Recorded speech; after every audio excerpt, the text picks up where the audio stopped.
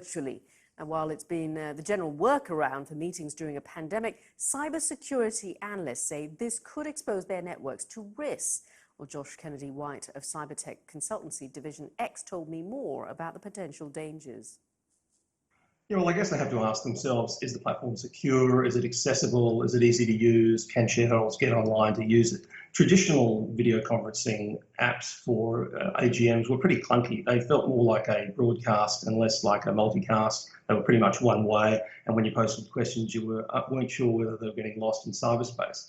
But I think the virtual AGMs have a couple of interesting features. Sure, they're more accessible, but one of the big differences is the host really does control the agenda. And that has the potential to be a little less democratic for shareholders because the host can choose who is attending the meeting, which questions can be curated. But I think for the companies, there are a range of different risks. Now, clearly, one of them is things like Zoom bombing, uninvited participants coming in and controlling the agenda.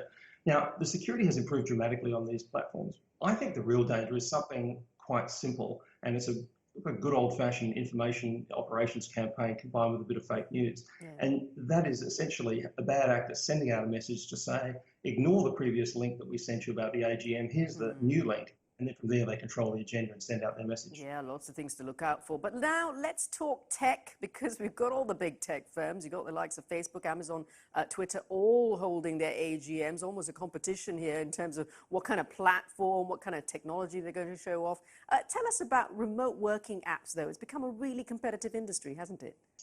Look, it sure has. If you go down to before the lockdown, Zoom, for example, was downloaded about 56,000 times a day. On March 23rd, the day the lockdown began, it was downloaded over 2 million times.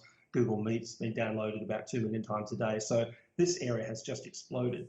And what's interesting is they're all competing both for market share and for what they call feature parity. So if Zoom has virtual backgrounds, Google Meets will adopt that pretty soon. But if you look at what's happening in China, there's really some amazing innovation.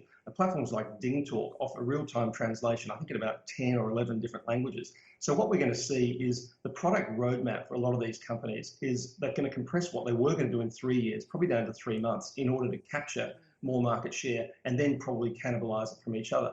And I think this is pretty good news for users, because there's a range of features that are still yet to come. Things like noise cancelling and undoubtedly a range of new vanity features to make us look a little bit better